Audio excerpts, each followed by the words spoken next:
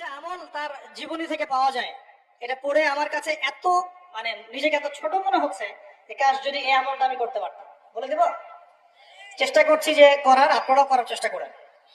উসমান রাদিয়াল্লাহু আনহু ধনী ছিলেন কিনা, তো নবীর কাছে গিয়ে বলছেন যে আমার ধন সম্পদ খুব বেশি পাচ্ছে, ইয়া রাসূলুল্লাহ আপনি সম্পদ একটু কমানোর দোয়া করেন তো আমার জন্য। চিন্তা করা যায় মানুষ এমন দোয়া কেউ করবে যুগে?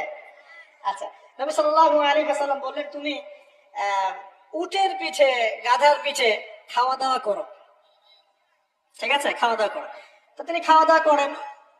এখন কয়দিন পরে, কয়দিন বলতে কতদিন আল্লাহ ভালো জানেন, তিনি এসে বলছেন ইয়া রাসূলুল্লাহ আমার তো সম্পদ আরো আগের চেয়ে বাড়তেছে দেখি, আপনি কি দোয়া করলেন? সম্পদ আরো বাড়া শুরু করেছে। তখন তিনি বলছেন যে তুমি যখন খাও তখন তোমার হাত থেকে যদি খাবার পড়ে যায় তুমি কি করো? তখন তিনি বলেছেন আমি, আমার হাত থেকে খাবার যদি পড়ে যায়, একটা দানাও যদি পড়ে যায়, আমি উটের পিঠ থেকে নামি, নেমে সেই খাবারটাকে তুলে পরিষ্কার করে তারপর খাই। উসমান রাদিয়াল্লাহু আনহু এত ধনী মানুষ, তিনি প্রতি বেলায় 100 মানুষকে খাওয়াতে পারেন, কোনো সমস্যা নাই। তিনি একাই তাবুকের যুদ্ধে 30,000 সৈন্যের দায়িত্ব নিয়েছেন।